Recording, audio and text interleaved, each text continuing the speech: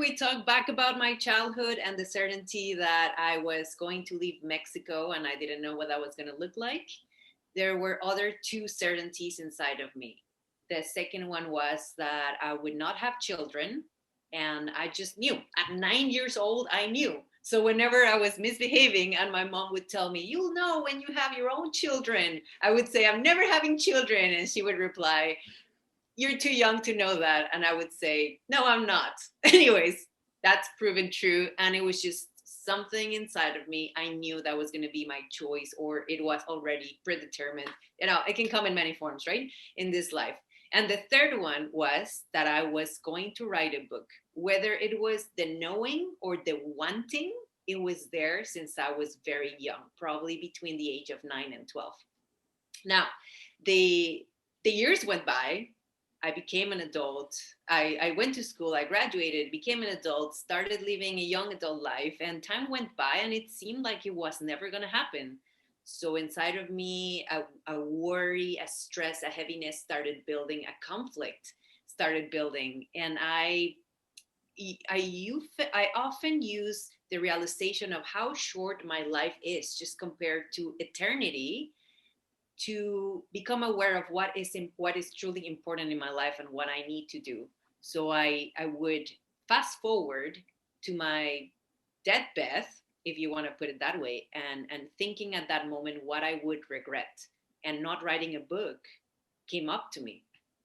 So I knew I needed to happen. And I remember at some moment in time, I wrote in my journal, because I've had journals since I was very young as well. And I have them with me. I just pulled them in a big box the other day. There's like 20 of them. Um, I had written 10 things that needed to happen for me in list form, that needed to happen for me to know that it was time to write a book.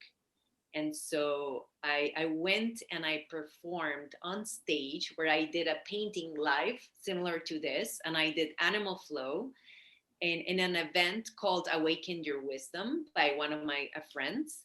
And I decided to stay and listen to the speakers there. And one of the speakers was my publisher, Raymond Aaron.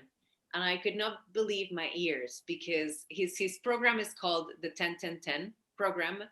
And he described the 10 guarantees of the program.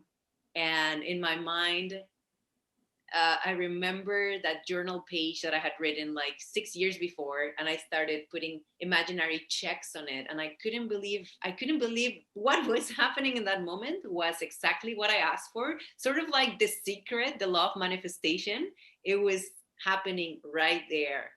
So I had no doubt in my mind. I even thought in my head what amount of money I would be comfortable in investing on creating my book. And it was very similar to, what the program looked like. So I signed up right away, no hesitation. That was the day my brother also joined me in this adventure.